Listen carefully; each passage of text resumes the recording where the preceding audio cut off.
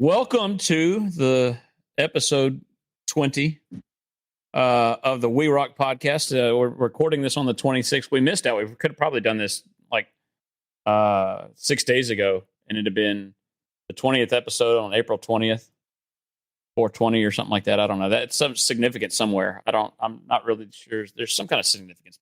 Yeah, something about the devil's lettuce. So. But hey, today's big. We've got two guests with us today, and if y'all would like to introduce yourselves, we've got the Northeast finest. Is that what we're going? That's what we're going to call y'all, right?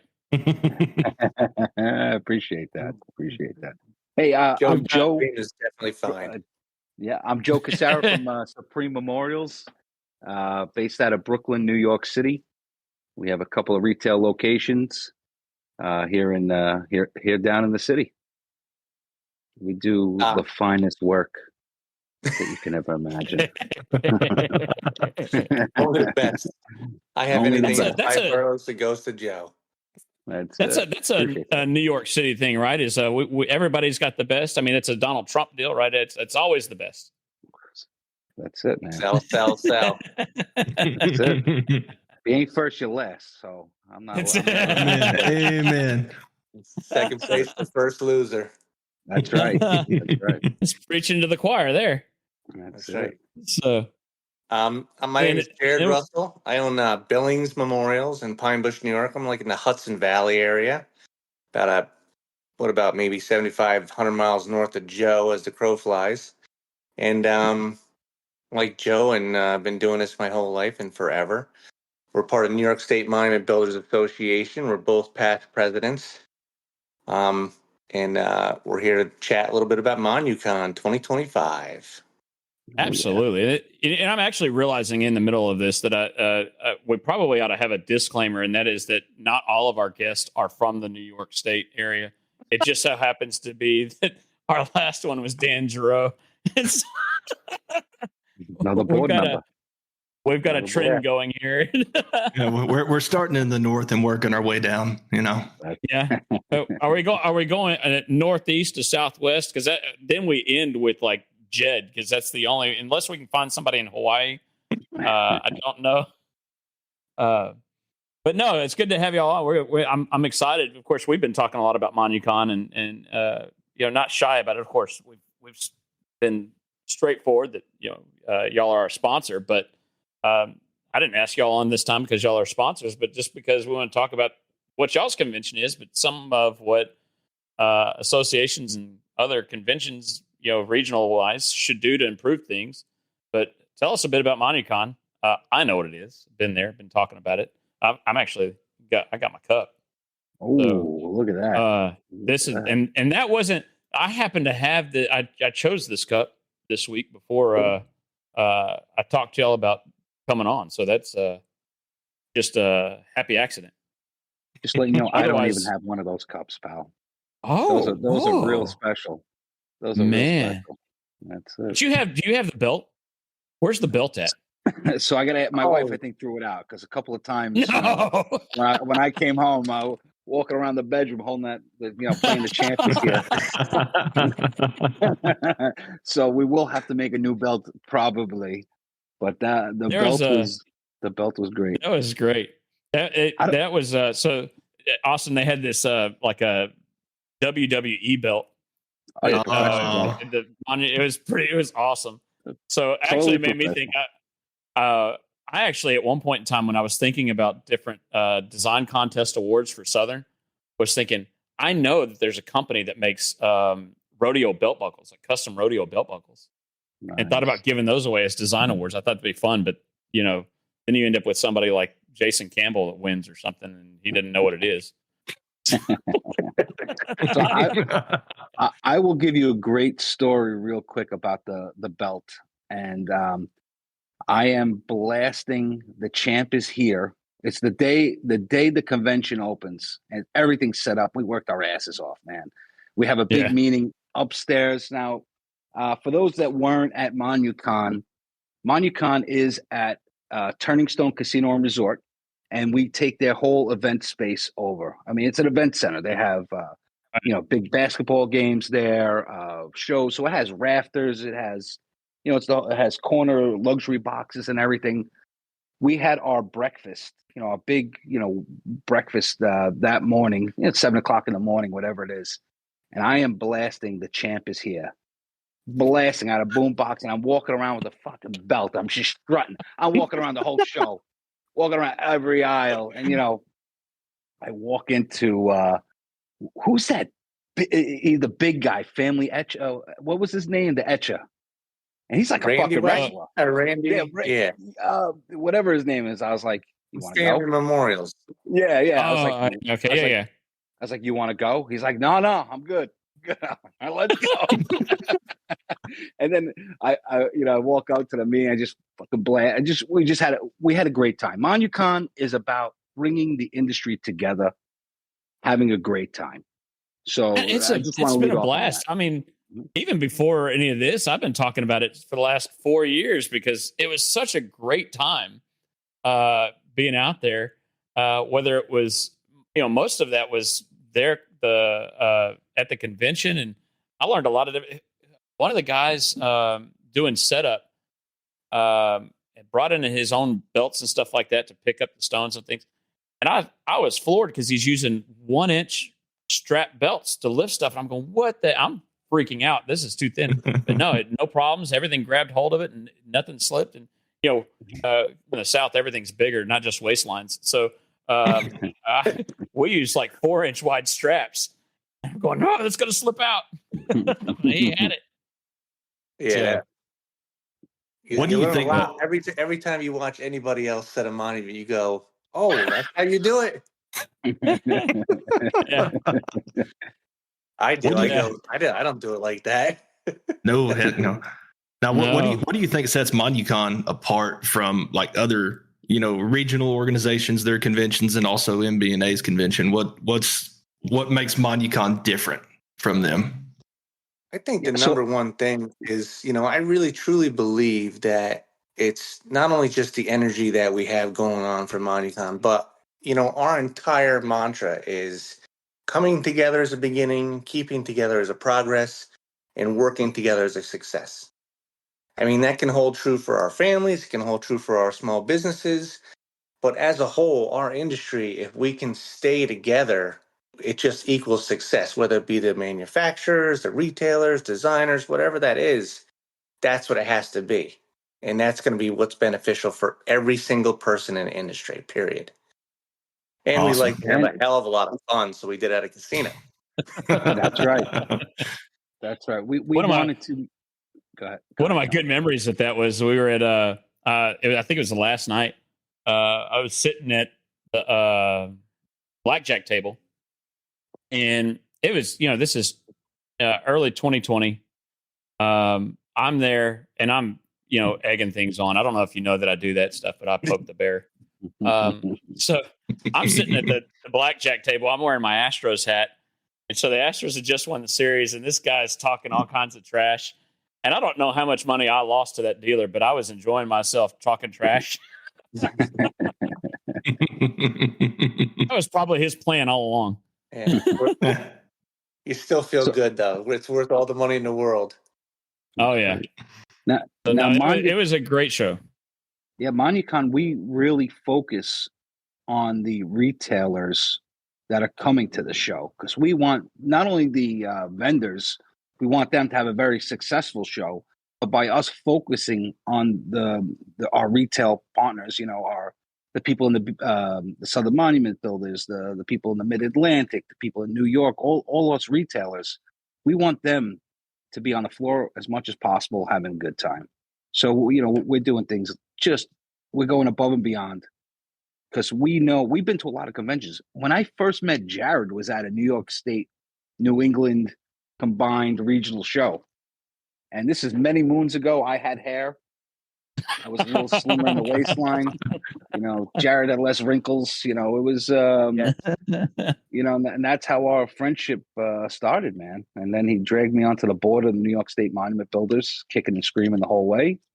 And we became friends. But my father and a couple of the other guys, the older, they used to have unbelievable conventions. Like I remember going to Disney World to a convention when we were younger, and it was family focused, a lot of fun. They did a lot of trips together. That's why They used to charter planes to like Italy. That's right. Whoa. Yeah. Wow. Egypt, Italy. They used to go all over the place. That's why we decided to have it in a casino, because we want a destination. When you get to MONUCON, you are at MONUCON the whole weekend. It's no dinner on your own. There's no everything. We're doing everything as a community. Everything, we do have one night that the manufacturers are going to take their people out, and we hook it up, man. We get the best restaurants, we get the best tables, the best service for the manufacturers. It's all part of it. Tony, you went to a couple of the bars that were sponsored. Mm-hmm. I mean, we had a camper in one of the clubs. It was what kind of club was that? That was a Southern club. Tin Rooster. The Tin Rooster. That was the I affectionately call the honky tonk. That was there. They had the disco ball. There is a bejeweled, bedazzled Liberace saddle. Yeah. Oh yeah, it's Liberace, and that with sans feathers. We had the place was awesome. The place was great. I mean, it's a destination, man. If you play golf, bring your golf clubs. They have an indoor simulated golf course. Everything you want to do is there. Your wife likes the spa. They got 3 of them. And the services at all 3 of them are different. It's an unbelievable destination, and it's easy to get to. You can fly right into Syracuse. I think, Tony, you had a great flight. I think we picked you up in a limousine or something. Or could have been, something. Only the best. That driver tripped out because I went and sat up front with him. They're like, "What's going on here? Let's go." We're paying for a Honda Civic next time for you. That's it. It is a great resort. There's no question about it. Tons of stuff to do. Tons of stuff to see in MONUCON. Like, we're trying to get as much as we can with, like I was saying earlier to you guys, with equipment. And I mean, no joke, we drive Bellavance right into this place and unload them. Yep. I mean, like I think Miles had a whole thing on a Bellavance trailer, their entire setup, and left it on there. Yep, the sand handler. I mean, it's every bit of what you would expect out of a full display anywhere. I mean, you're going to see people bring stuff, and it's really great to see. I've said that for a long time, that when I've run into these new guys who've been in the industry short term, right, young guys that are starting up, or Austin, you and I talked to Jonathan about this a number of times. Is you got to go to the big show, you got to go to the big conventions, not because the small conventions aren't good and the tabletops aren't good, but until you physically see something that's different, you can't think about those different things, right? There was at that last one, there was a bench that Rock of Ages brought. It was a bench seat, but it was if you had to look at it from the side to see, it was a heart shape, and the middle of it's flat cut out, and the heart ends don't connect. So the back of the seat don't connect, and the whole thing was great. And it functioned well. You could climb all over it. It was not going to crack or anything. It was a great product. They had 2 or 3 of them there.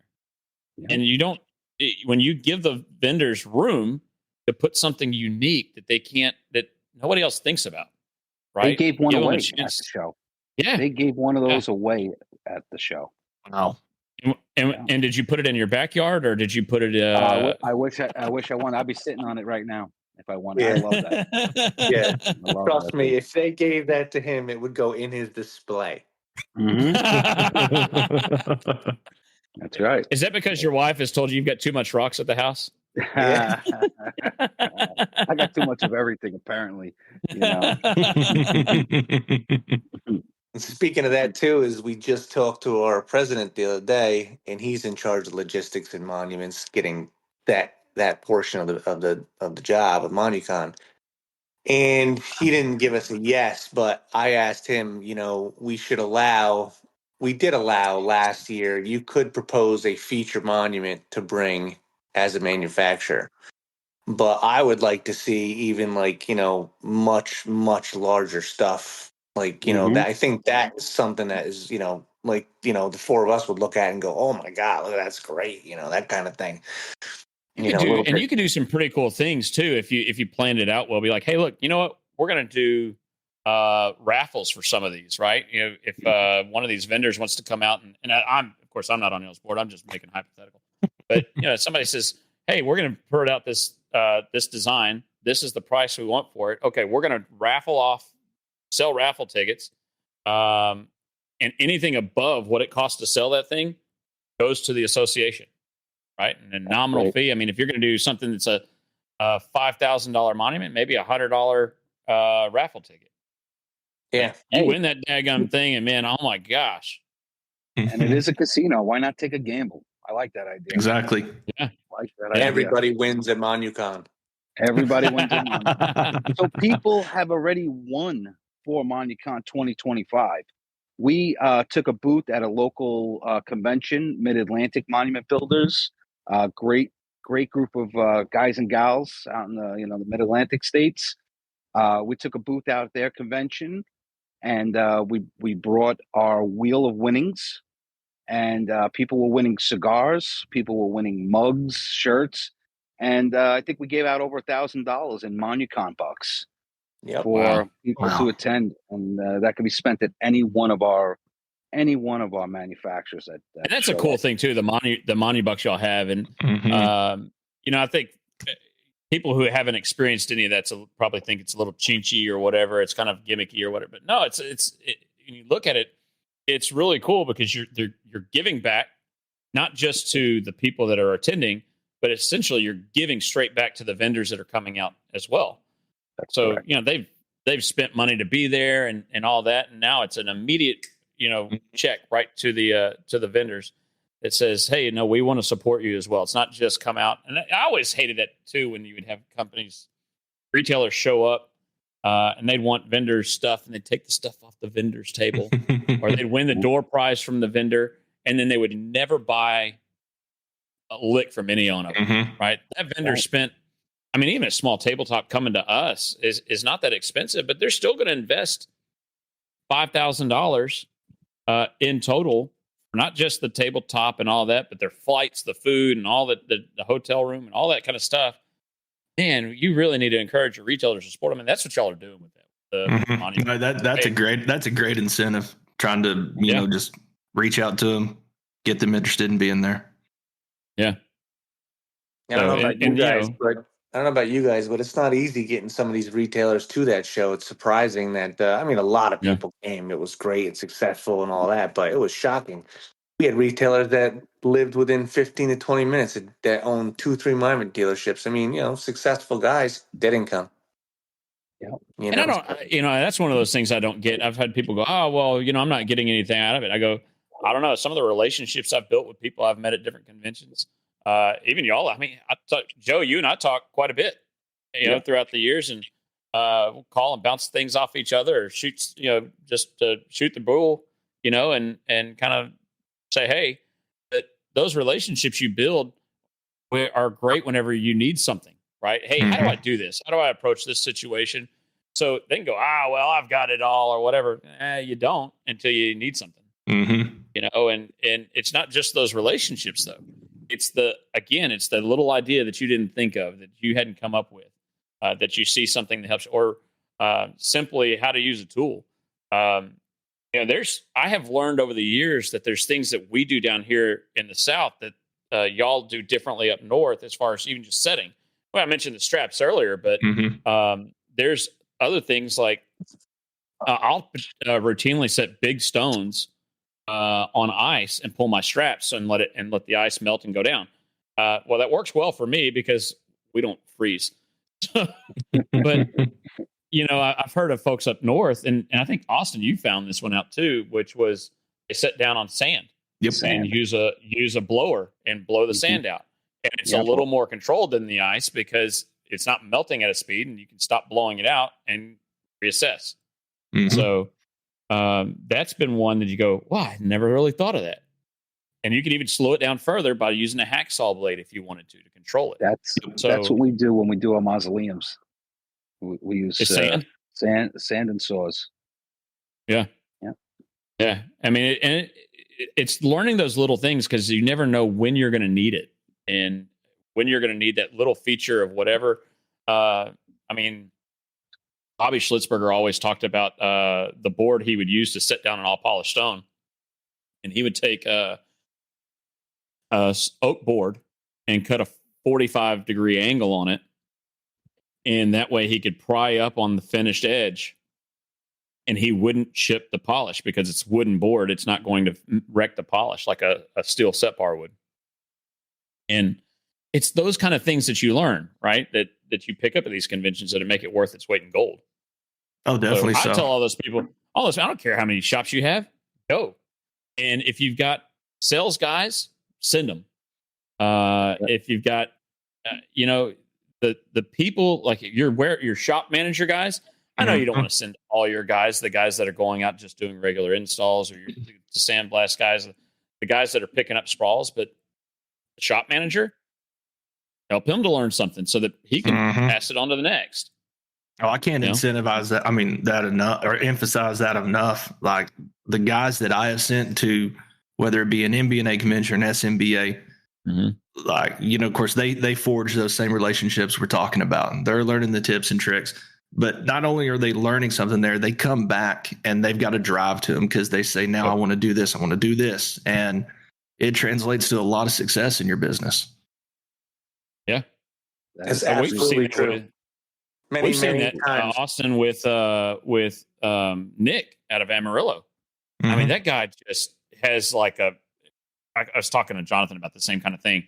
Nick has got like this, like, craving for everything, right? I often refer to my supplier, my stone supplier, as my crack dealer, because you kind of get to needing rock. You're like, hey man, you got more of that rock? I need you got the itch. And so, but it's the same thing about the information. When you get hooked on it, you find a great way to learn something that's made you more money. You're hooked, and I want more of it, and that's what these are. Yeah, I mean, I've been in this business my entire life. I mean, no joke. I got pictures of me on the back of the setting truck in a crib. And I go to these shows, and I don't just learn one thing. I learn many, many things. Not just that. I mean, yeah, the setting and all that stuff like that, but just the business. You talk to anybody that's in this business, and you chat with them for a few minutes. You don't realize you're learning a lot just from talking to that person. And little things, big things, whatever it is, there's no question about it. You always learn something at a show. Always. Yeah. Oh, yeah. Well, let me ask you guys, do you guys charge an installation fee? Only in one cemetery do I do that. Yeah. But it's not really accurate. It's factored in. The cemetery, we factor it in our price, but that particular cemetery has a permit fee, or they call it a setting fee, and so we line item that one. The only other time I do charge it is we have funeral homes that'll buy from us, and they get charged a linear foot fee on the base. So they get my setup is 30% discount on retail for them, plus I think it's $50 per linear foot installation charge. Okay. So you might want to check out, for the first time ever, I'm going to do a presentation. I'm going to probably hack it, but it's going to be know your worth, because our industry doesn't value ourselves the way we should. And there's a lot of different items that we can do collectively to bring us up on par with other industries. For example, I'll give you one example. If your dishwasher breaks and you call the repair guy, He's going to charge you anywhere from, I don't know what it is down south, but here in New York, it's like $99 to $200 just to walk in the door. Then he's going to assess what you. Yeah, I called the air conditioning company. Air conditioning guy came out to my house last summer because we were having issues with the air conditioner. And it was $600 for them to show up and do an assessment and figure out what the problem was. Now, if I would have paid for them to do the repair, they'd have put that towards the cost. But it was $600 just show up. That's right. Well, but you were okay with it, right? Because I don't want to sleep in a hot house. Exactly. Well, how many? I don't know how many checkouts you do for engraving that doesn't pan out. I used to have a drawer full of them. Now we have a site visit fee. You want our team to go out to assess your monument if it needs lettering, cleaning, pointing, whatever it is. Yep, and we'll credit your account for it. But I'm not sending my guys out there and wasting my gas, my time, their insurance. And that's a prime. That's a really, especially like in your situation, right? And in my situation, it's different, but the same. It's just talking about what the distance is. So you and I talked about like the distance it takes you to travel from your house to your office. And it was something like it's a few miles or something, right? But it's 32 miles. 32 miles. It's 32 miles. But how long does it take you to go 32 miles? About an hour and a half. Whoa. on a Friday like today, it's over 2 hours. Oh. Austin, how far can you go in 2 hours? I could be halfway to you.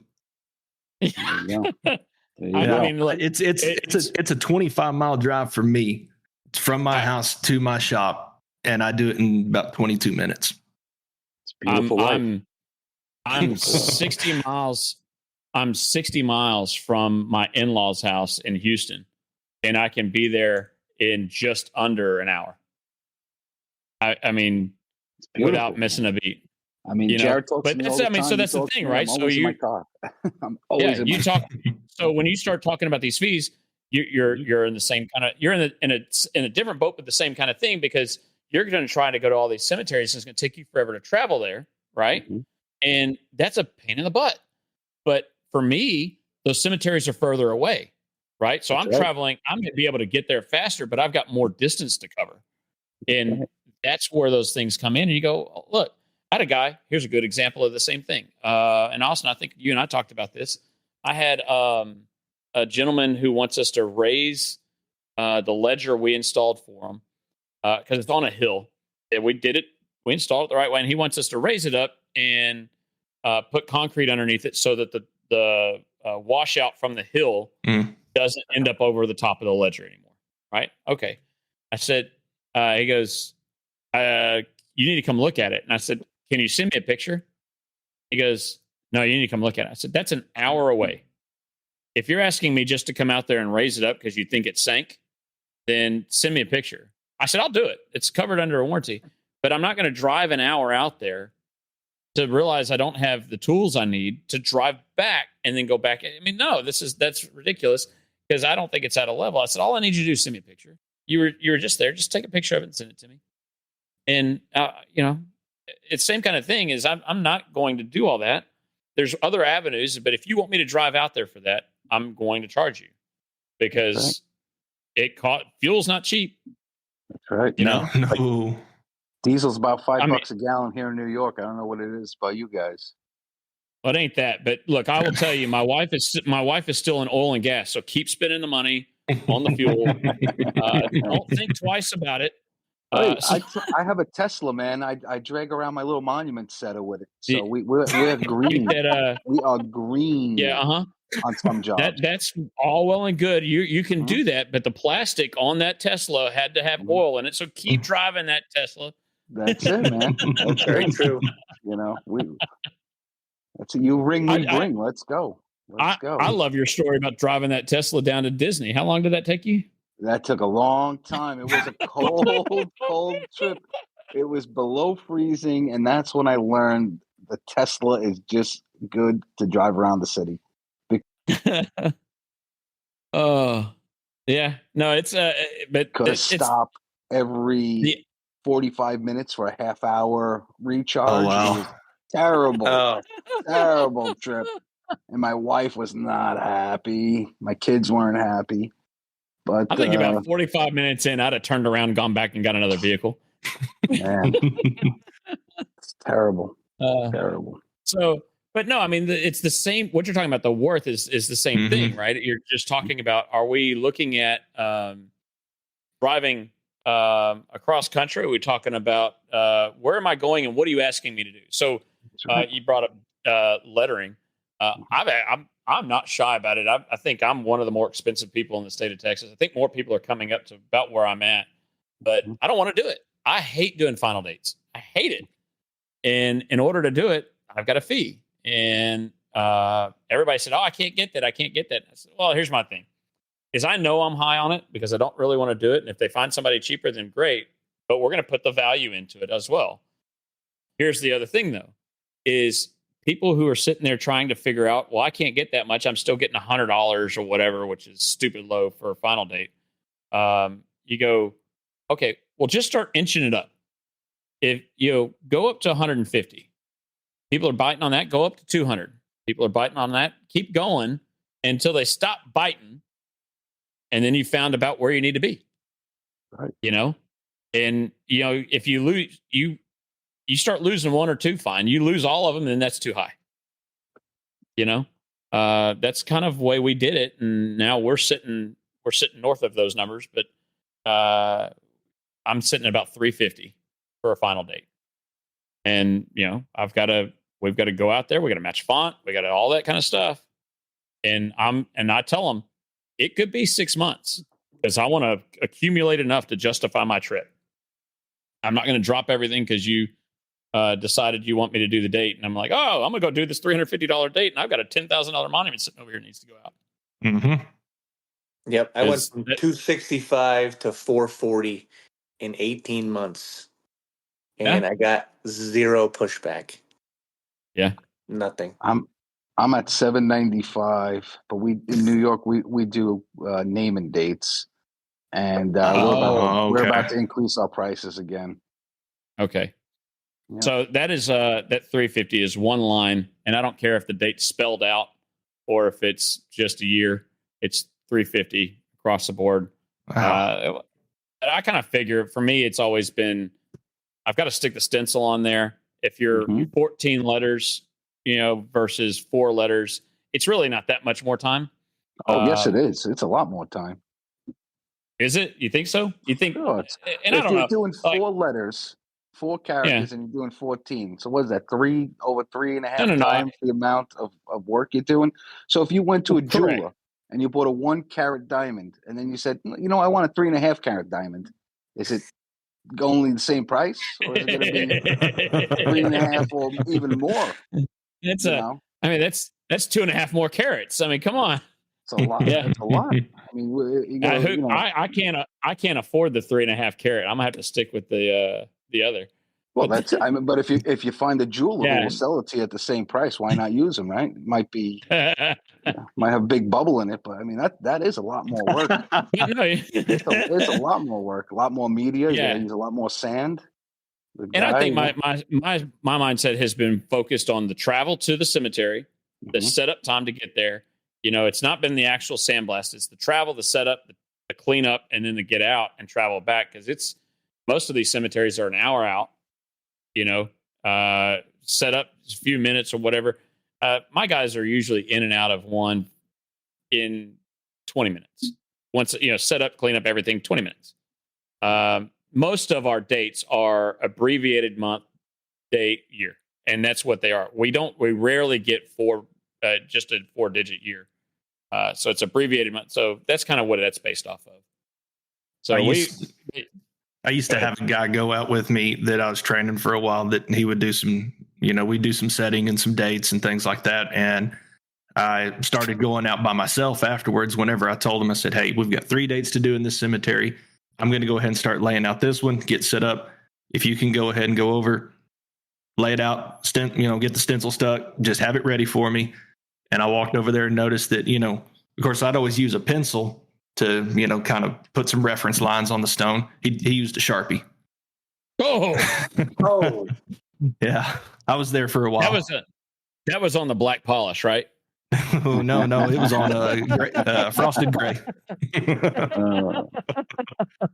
Well, the good news is at that time, gray was cheap enough you could just replace the whole stone. Nowadays you got to kind of take out a secondary mortgage to replace it. So and a year wait. No, we're actually back. I don't know. It's better now. It's better. It is much better. There's been a few people I've seen online throwing fits about turnaround times of Southern Gray. And the last 2 trucks came in. I've had stuff from January on it that was ordered in January. So we're rocking and rolling. Yeah. My comment has usually been, pay your bill. Mm-hmm. That's the truth. Yeah. That's the truth. Talking about what everybody's charging for final dates, I feel like I'm the budget option here now because I'm at $250. But we've been talking about going up, just based upon kind of what we've been talking about.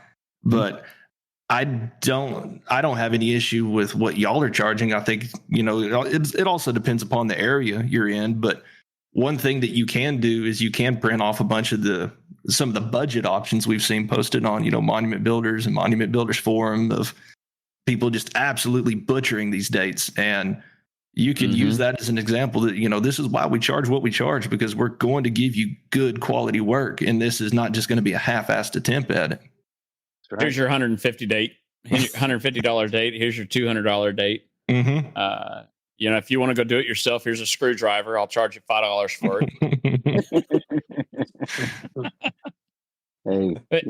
I don't think people realize how permanent some of this stuff is. The families, and it's our jobs to educate them. And that's again back to MONUCON. That's what the importance of this is for us to be further educated through some of this. All these guys that are going out there and teach their own.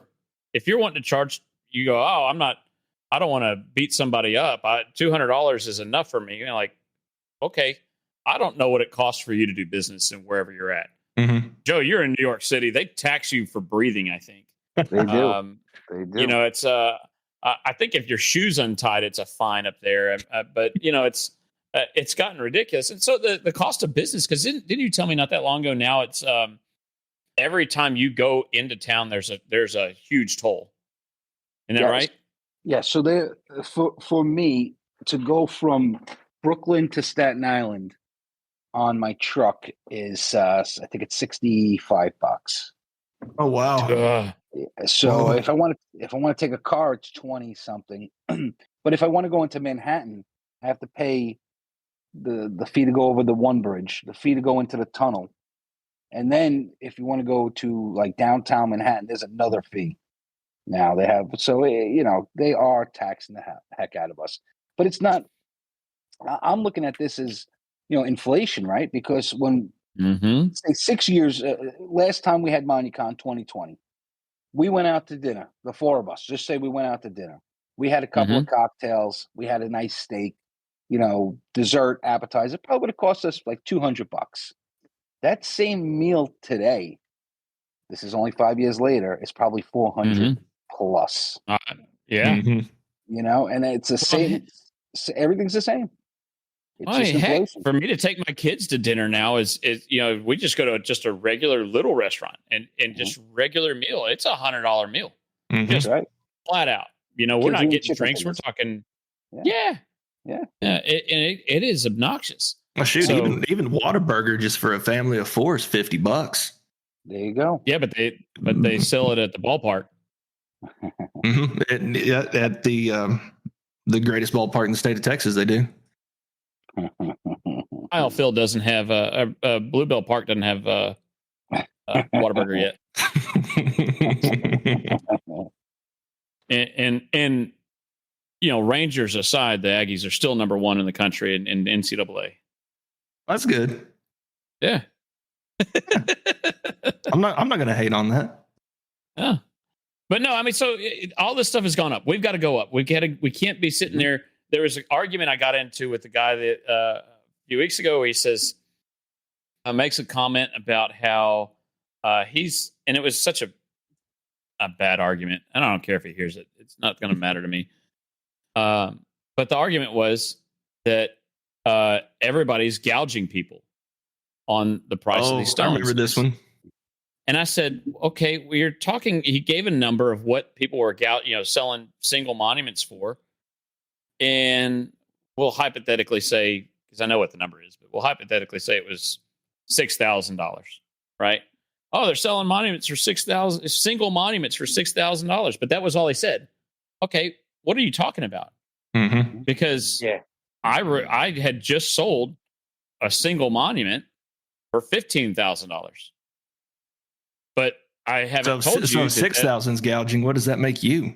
Well, right, but I haven't told you that $15,000 one was red granite, all polished with raised carved roses on it. There you go. You know, that makes a difference. Yeah. So, and we have a particular single monument that we sell routinely for $6,000. And what that $6,000 gets you is a 260622 all polished Georgia gray on a 301006 all polished base, because that's the restriction in the cemetery. Now, that includes all the carving and everything like that, and the installation and all that. But that is, we're talking Keystone Blue, so it's a dark gray premium stone. There's a cost in that, and that's what that cost is. So what do you got to compare apples to apples, or else you're really not much better than the families that come in and go, well, I got a cheaper price down the road, but they've quoted something half the size. Mm-hmm. So come to find out, his next argument was, well, I'm the cheapest guy around, and I've got to stay that. So by the statement of his argument, he's the cheapest, and anybody charging more is gouging. And it's a race to the bottom at that point in time. Yeah, that's not a statement to be proud of. No, my guys here at the shop, I want to keep my folks that work for me happy. And not just happy, but I want them to take care of the customers well. And in order to do that, I got to pay them well and give them the incentives that cost money. The equipment costs money. And in order to do all of that and do everything well, it's not a $199 marker. Mm-hmm. Well, some of them, they look at it way too linear. They're just looking at it as a piece of stone that there shouldn't be that much difference from this one to the other, but yet nobody has a problem paying much more for a King Ranch Ford over an XL trim. Mm-hmm. Right?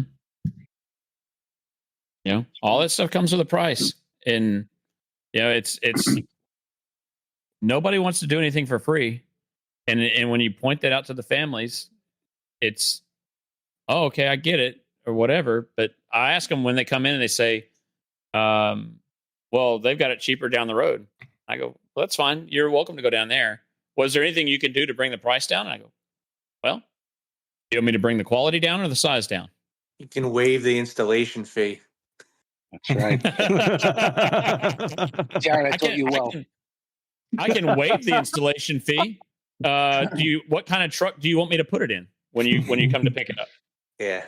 Oh, you're going to put it in their truck? Or you just I'll put it in their truck, sure. Oh, put it outside. No, let them come pick it up. Yeah, you've got a crane to lift it, right? Mm-hmm. Okay. Oh, you want to rent my crane for the day? No problem. No problem. There's always a cheaper way to do it.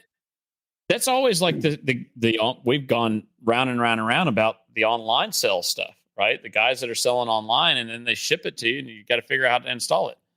That it's we ship to every cemetery in the country, and call your local monument guy and they'll help install it, or what, they'll get it installed for you. No.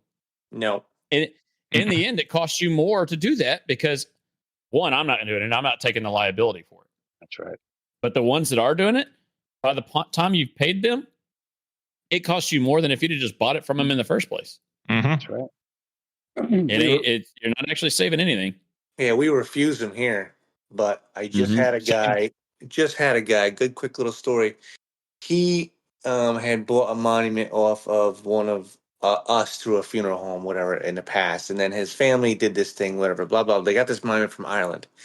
It came over here. It was 3 pieces. It was pinned right through all 3 of them, and this thing came in a big box, and I'm like, man, and I'm looking at it, and I go to the guy.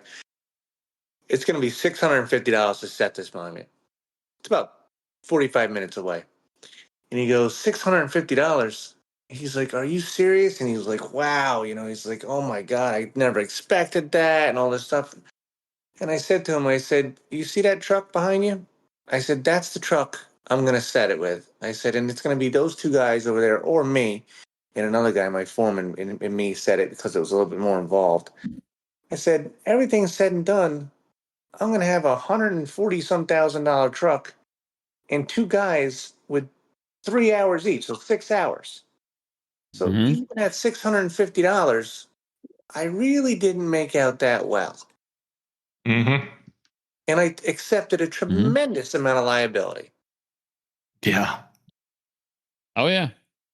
Well, I tell people all the time, it's the cost for my truck to run an hour, and it's probably gone up since the last time I've done the math, is $350 an hour.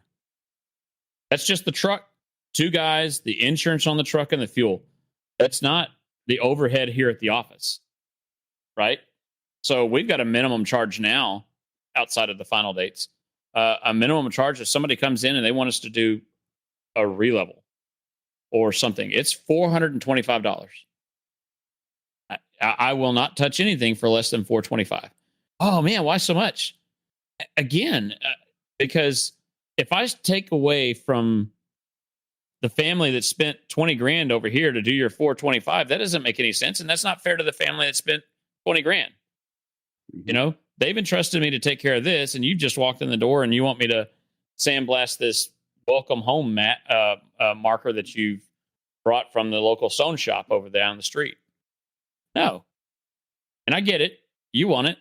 But I tell people all the time, even now, if I've got something in stock that needs to go out, you expect a turnaround of 10 to 12 weeks. Mm-hmm. I don't care that you can see it and put your hand on it right now. It's 10 to 12 weeks. That's how much I've got backed up. Yeah, that's the exact same number we use here. But you still have people calling 3 weeks later going, where's my money? We like to do tomorrow afternoon at 3:30. But if they want to pay for it, we'll get it done. We'll get it done. We did have years ago. I had a guy call me and I didn't know him from Adam, and he calls me and says, "Hey, do you sell this particular monument?" I said, "Yes." And he says, "Well, how fast can you get it done?" And without missing a beat, I said, "Well, how much money you got?" He says, "Don't worry about it." And I said, "Well, if I don't have to worry about it, then I can get it done in 2 weeks." Okay. All right. And so I told him how much it was going to cost. He said, "Do it." I got it done in 2 weeks. But I knew that it was going to cost. We were running at that time. This is probably in 2011. And so, and it was a Southern gray, so Georgia gray stone. I could have got it in, we probably could have had it done in 2 months. But what was happening is his wife was sick with cancer and she was terminal. He wanted it out there for her so that she could see it before she passed. And sure enough, I turned it around in 2 weeks and got it done out in the cemetery. And he paid for it, and he's been a friend ever since. Been a great friend of our shop and my family's, and he's pretty well involved with the university. So when he's not going to games and he's offered up his tickets, his are better than mine. So his have air conditioning, mine don't. But I mean, that's kind of it. Is understand you're like you said, understand your value, and things cost money. Mm-hmm. You gotta keep that in mind. That's right. So. But who else? So who else is speaking? I know that I'm speaking, and I think we're still gonna have the conversation on. I can't sell that in my area, meaning all these people that sit there and talk about, well, I can't sell this and that, and showing unique designs, but showing other shops around the country that are in these lower income areas that are selling unique designs as well, and what you can do with a little. Showing you can take a little bit and do a lot of things. But also, I think I've kind of talked to Dan a little bit, and you and Austin to some extent, that we will probably do a short little tidbit on the copyright stuff that we've been going through. kind of get people a little bit up to date on how they can protect themselves, and explaining, man, guys, it doesn't take much for you to keep yourself from getting sued from other individuals who might be, I don't know, sue happy. Yeah, but that doesn't happen in this industry. No, people don't do that. No. There's not individuals that decide they want to sue you because you've all of a sudden decided to draw something up that might be similar to something else. Mm-mm. At all. Nope. Just who else? Yeah. So who else is speaking out there? I talked to Dan yesterday, actually, he did give me the names, but they kind of slipped my mind. Oh, who the hell I forgot he was saying. But I will say one thing is that he did say when it comes down to you guys, he is going to take a booth for MONUCON, like we discussed the other day. Oh, that's going to be great. Yeah, and he's going to bring my spinner with him, so everybody's going to win at MONUCON at MONUCON, even down there. Oh, that's going to be great. So we'll have some Southern guys be able to get some Monu bucks and show up out there. And, yep. We're going to bring some of the South up north. That'll be great. Definitely. We'll intermingle. Maybe get the Rebs, Rebs with the Yanks.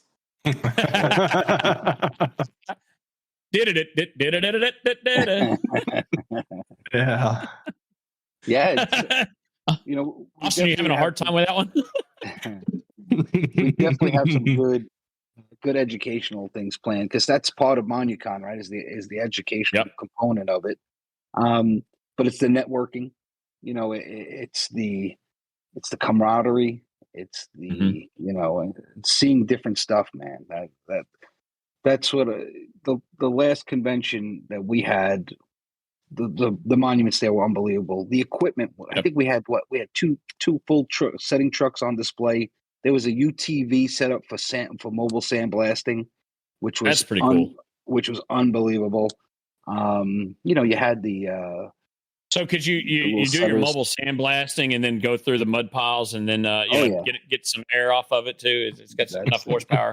That's right, but and it makes sense in a lot of different areas. So instead of bringing a lot of hose with you, and you can have a small compressor and throw it right on, and I'm sure you guys can probably just whip them around on the roads down there. Well, that's more of a Louisiana thing. I don't maybe rural Mississippi. We have standards here. That's why our roads are nice, and you can't. But actually, that's a great idea, because even with something like that, you'll have to pull it on a trailer, but if you set it up right, you shouldn't even have to pull your sandblast pot off of the UTV. You just leave it there and pull your hose. He doesn't. Yeah, he doesn't. Nothing comes off the UTV. He just pulls the cord and takes his layout box with him. That's awesome. Has a dead man on it, so he can just stop the blasting. It's great. It's a great setup. Yep. He's got an air dryer on there. Everything you need. Mm-hmm. Well, we talked earlier. It'd be great. So you're in works. I don't know if it's finalized, so I'm not going to try to overstep my bounds here. But in works are trying to do some outside stuff as well. Hopefully that pans out. I'm trying to convince y'all to do some setting trailer rodeo, maybe some races like it's NASCAR. See if we can do some laps. And we can definitely set up like a hand cart course or something like that. Pick up a slant, move it. Grab a base. Level it or something like that. We could definitely work on something like that. But it has to be with my hand cart that just habitually has 2 low tires on it. Oh, mine has one flat. That's the way to do it. Are the two low tires on opposite ends of the axle or on the same side? It alternates all the time. He's opposite of NASCAR. He can only make right turns because those sides flat. I must have got my hand carts the same place you did. I remember when I've got my first hand cart, I thought I was doing really well. I bought one. It had a brake on it, and I thought, man, this is gonna be great. I'm gonna be able to control it. And little did I realize that those brakes are absolutely worthless. No, it's just a little lever that makes sound. Yep. The first time first time I saw that lever, and I said, "What is this?" Because we always put our foot on it, on the bottom, and I didn't realize it was even connected. I was like probably 11 or 12. My dad looked at me and said, "That's about as worthless as tits on a boar hog." we say tits on a chicken down here because it's not the same thing. Hey, one thing I will tell you that sets MONUCON apart is that we do open bar. I know. I know a lot of conventions. You get a drink ticket from your manufacturer. When we're doing a cocktail hour, we're doing open bar. We're doing we do a party at the end. We try to make it like a small New York City wedding. So we have a great DJ, and I was. So Austin, I would actually equivalent to the Southern equivalent would be like a quinceañera. Down. I've been to a couple of them. Yeah. So I mean, Joe's going to come out and do this. Originally, we were going to have a pianist playing, soft music. I was like, "What are we crazy?" You said nice we're having a DJ dance floor. Yeah, DJ dance floor, photo booth. Let's go. Let's go. You guys see the pictures that we have of people having fun, man. I got to go back and find there. Y'all had a man in an obelisk suit. I don't know who that was. That's right. Monument. That was Monument. That's Monument. That's right. He'll be back. That is great. That is great. Does that suit still exist? Yes, it does. Oh, yes, it does. Let's go. That's Joe walks around in it every once in a while, shaking hands. That's right. Shaking hands, kissing babies. He was he was photographed a lot too. Everybody wanted to take a picture of Monument. You should send him down with Dan to the convention. He can walk around Southern.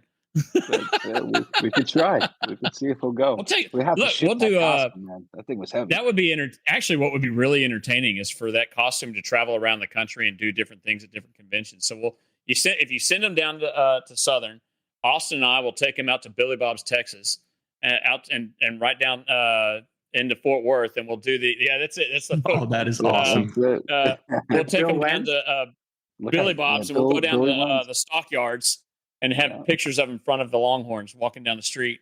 I was gonna say have him ride a bull. Oh yeah. Well, listen, I do the marketing, so don't tempt me, man. Don't tempt me. Monument costume might show up at your door, and then Just understand that MONUCON's for everybody. Monument all around. That's right. We'll get you and get them out to there's a convention out in, I think there's an association in Florida. You can take them out there and have Tanner Lewis take them out on the boat, go deep sea fishing. That's great. Great. Speaking of Florida, talk about price increases. I was just at Disney World, my favorite place in the world. But a one day park pass just to go into the Magic Kingdom was $197 per person. Oh, that'll make you sick, man. A family of four after taxes, you're looking at almost a G-note. And that's just to walk through the door. That's just to walk through the door. You're not talking about the food. You're not talking about the fast pass. Drinks. You have to buy. You want to do a line cut? You have to buy that now. Those aren't free anymore. It is obnoxious what things cost, and it goes back. Look, I want to be able to take my kids to Disney. Why is the date so much? Well, because I want to take my family somewhere too. Oh yeah, right. I mean, just last week I was in Orlando for my daughter's cheer competition, her big end of year Worlds competition, and part of the deal was you got to go to Universal, and Universal, like, of course we had a package, but like you said, just a single day pass, if you used to buy it, it's $119. My buddy's daughter won second place. They're from Pittsburgh. Oh really? Yeah. Oh, awesome. Yeah. Awesome. Yeah.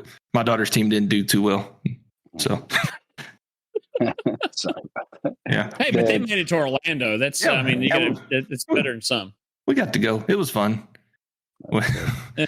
Yeah. Of course, we fly all the way from Texas to Orlando that Thursday or that Friday. She competed Friday morning at 8:15. She had to be there by 6:15, so we had to wake up at 4:30 to have her ready. She went there, did a 3.5-minute routine. Some of her team, they had some stunts fail, so they didn't do good enough to move on. So we flew all the way to Florida for 3.5 minutes and then go spend the rest of the time at Universal. That's great. That's great. So, just to, I know our time's short for everybody. Jerred just had to jump off, and I know you guys have to do things as well. I appreciate you guys having us on. But, just to give you a little more about MONUCON, I think we have 160 booths. And I can tell you they are pretty. I don't know 160 people that I like. So that's, the booths are pretty much sold out already. That's awesome. Everybody who went last time has already told us they're coming. We have more guys from down south that want to be at the event. So we are opening up more space. We might put trucks on the outside this time because we have a very, very large area that we get to use. So, and I did hear a rumor that you guys might be there in one of the luxury boxes and setting up your podcast. I don't know if that's a rumor, if that's a fact. You guys might have said that.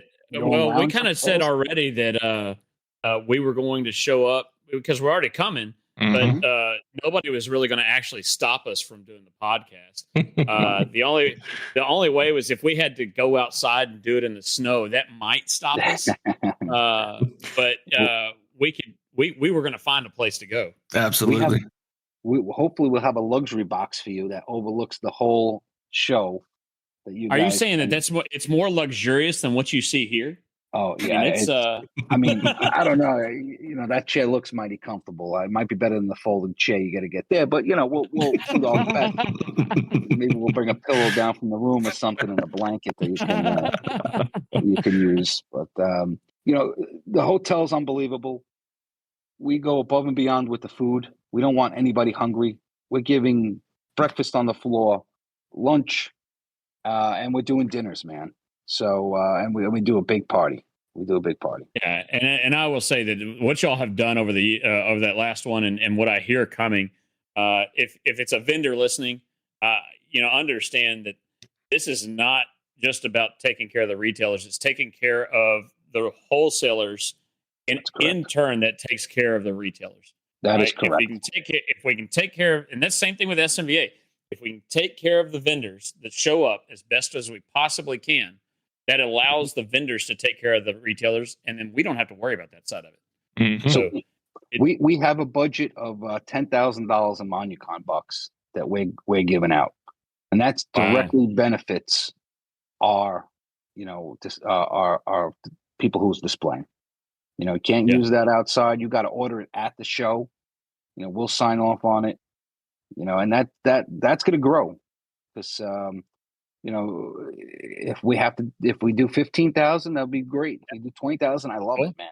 The more money we make, the more money we're giving back. We let people like John Scott know that those MONUBucks go a long way towards litho. Mm-hmm. So he can litho to his heart's content. But it's not just supplies, right? It's not just because it's not just like whether it's Miles or Granite Sales or Granite City Tool or any of those other supply companies. It's your stone suppliers as well. Maybe you want a bench. You got $500 in MONUBucks, and that you got a $700 bench that you're going to buy. Well, it's only going to cost you $200 now. Now that $200 for that I don't know, whatever your markup is, and if you say $700 and we're going to sell that bench for $4,000, that $4,000 bench only costs you $200. Mm-hmm. And more paid for your trip. Doesn't sound bad. More than paid for the trip. That's right. Yep. And that has been the big thing for a long time, whether it's Southern Monument Builders or when I go to School of Hard Rocks. I tell those guys that I teach at School of Hard Rocks all the time, if you can take away something that makes you enough money in one trip to justify what the cost was to get out here, right? Then it's worth it because that's going to pay for itself over and over and over. And that's the importance of the education in the conventions. Definitely so. That's right. You won't get any credits at our convention, but we'll make sure we give you a pat on the back.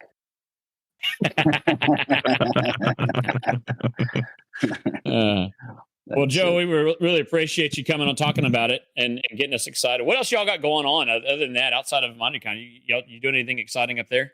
Yeah, man. Is the weather better? The weather's getting good. As you guys know, besides one of the most elite monument companies in New York City and New York State, probably the most elite in New York City.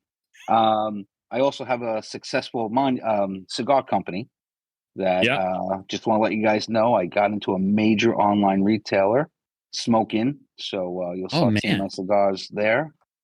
This week. I've been talking. I talked to you a while back about, man, I need to start doing some Texas cigars. Because let's go. You got Cigar Clowns is been your thing, and it's been great. I was thinking, Austin, you'll appreciate this. If I had a cigar company in Texas and start naming it after Texas things, right? Presidio, right? El Camino Real, right? I will get you all hooked up, everything you need. And then I got the cigars whenever I want them. Oh, dude, I tell you, one thing that's great about the cigar business, that's different from the monument industry. When I'm talking with a customer, a cigar in the cigar world, and something happened to the cigar, it burned funny or it was plugged because it is a handmade product. I just give them another cigar. With something with a monument, say you got a beautiful polished piece of Canadian pink or whatever, or mahogany with a knot in it, there's nothing you could do. This is what you got. Right. Yeah, it's a natural material. It's a natural material. So I'm not giving you another stone, but a cigar here. Have a cigar, man. And everybody loves hanging out with me with cigars, smoking cigars, and loves buying cigars. Not too many people enjoy the monument buying process. No. I've said for many years, nobody wants to buy what I sell. That's right. They'd rather that person be here. Yep. That's right. And in New York, they'd rather spend the money on a leased car or in a Louis Vuitton bag than on a monument. Well, it's a different place now. It's not Louis bags down here, but it might be Lucchese boots. Okay. So those ostrich ones, or you can get them in ostrich. You can get them in full quill ostrich. You can get them in gator. Nice. I've seen all kinds of different leathers. I don't care to spend for the different leather. I'm still going to wear my boots. So I'm saving up my pennies to get an ostrich wallet. Just letting you guys know. Every job I sell, I put a little money on the side because I know those are like a lot of money. Well, it's I've got a pair of Lucchese's that I love. And they are my dress boots that I wear to church or to events and things like that. But normally, like today, these are just my Ariat work boots that I still pay too much money for because when I first started buying them, they were $70. That was about 20 years ago. And now I think, what are they? I think they're $2 now. I think it's $200 for a pair of Ariat work boots. But you pay for quality. I've gone. That's what we do. Oh yeah. Well, I mean, I wear them outside and drop rocks on them all the time, and I go through a pair a year, and I've been buying the same pair for 20 years. So, but no, we've been doing good. We finally got our civic monument done in time for Memorial Day. Now it's because that customer's net 30. It's writing me my check. So get it out and quit holding on me. But other than that, those are the best. Yeah, it's blow and go and kind of get moving, get on ready for the next thing. So we've got I know for us we've got Southern coming up, AICAA following that in September, late September, early October. So that'll be good. But no, things are hopefully catching up. We're about ready to go to the bank and talk to the bank about buying a piece of property, and hopefully, actually, we may be talking to the landlord here of the property we have and see if he'll sell us the whole thing here, which would be great. That's great. So that would be great. Well, hopefully that pans out. But from my lips to God's ears, hopefully, and see what happens. Awesome. What about you, Austin? What you got going on? Oh, just baseball. Baseball, yeah. Cheerleading season is officially over now, so we're not doing that anymore. But we're in the full swing of baseball. Of course, I've told you before. My son, he plays travel baseball, and so we're tournament after tournament after tournament, and then try to catch Rangers games when we can. And then whenever I'm not doing that, I'm glued down here at the shop trying to just keep all the plates spinning that I've got and make sure none of them hit the floor. That's what. Potentially, we've got a good one coming up. I've got a pretty good sized Medal of Honor memorial we're working on at the moment, and of course, it's in about that. Yay! Yeah, yay! But yay! Yeah, no, it's still in its infancy. Nothing's set in stone, as I'd say. But yeah. Well, that civic monument we just set. They originally started off as like a 2 by. It was going to be. They wanted like a 2 by 6 by 4 die to be a monolith in this little area that they were going to put flowers around, and it was. They called it the Never Forget Garden, and it was to honor all the veterans starting back from the Revolutionary War who had passed away. Wow! This is the first monument in this veterans park that you would see when you walked in. I said, "That's what you want to do to honor them." So there's a veterans wall down there that's $1 million was spent on to build. It has all these names all over it. And that's what you want to do for this? Yeah. And I go, this needs to be tall. Mm-hmm. So we ended up taking it from what they had. I think $10,000 was their budget to spend at that point in time. To our stone was finished out at 8 foot tall. Had a raised carved laurel on it.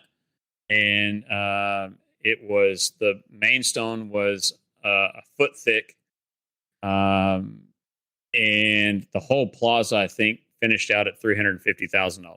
Wow, nice. Nice. We might have upsold that a little bit. So, but that's why they come to people like you and me and Joe. I mean, that's why. Exactly.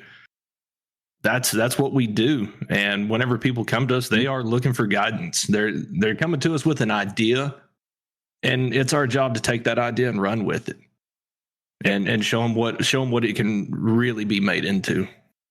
Well, and that's the key is our job is not necessarily to take more money from them. Mm-mm. It is, but it's not. The end goal is if you're going to spend money on it, be proud of it. What's the point of doing it at all if it's not something that's memorable and valuable? And it needs to be something in the end you tell people about. Mm-hmm. And something that's small on a veterans monument, it's not something anybody's going to talk about. Exactly. You want it to be something that people are proud to stand there and take a photo in front of. Yes. And where this one is done, now that this is done, looking at it versus everything else in that Veterans Park, I have no doubt that I'm going to be seeing plenty of political ads here moving forward of politicians standing in front of my rock, and it's going to drive me up the wall. So is that going to be is that going to be an endorsement from you on every single politician that stands in front of it? No. I'm sure that look, the only time I won't see it, I'm sure they'll get the pamphlets mailed to me that they're standing shaking somebody's hand in front of it. I'm pretty sure the only thing I won't see is the picture of it and the text message they send me. No. But, all right, guys. Well, on that note, we'll call it out. And I appreciate your time, Joe. This has been good. Yes, sir. MONUCON.com. Sign up for updates. MONUCON.com. Yep. Absolutely sign up. They've got a Facebook page and everything. Instagram is Monument Convention. Follow us, Monument Convention. Austin's grabbing his phone. Yeah, I'm going to do that right now while it's fresh on the brain. Right. Check it out. Of course, as updates come, we'll get the updates from you and we'll spread them out our way as well. So it's good. And it's good to partner with you guys. And we love what you guys are doing, man. We appreciate it. Thank you. We love what you guys are doing. We greatly appreciate that, and our 2 or 3 listeners that listen along with us do as well. So. Hey, man, people I talk to, everybody listens to the show. That's for sure. You got a good following in the New York. We appreciate it, and this has been fun. I mean, like I said, I'm probably wrong half the time. It doesn't really matter, but I'm having a good time, and that's the most important part of it. That's right. So, guys, I appreciate you guys, man. No, no problem. Y'all thank you. Take it easy. We'll and see you at MONUCON. we'll catch you on the next one. Yep. You got it, buddy. All right. You have a good one.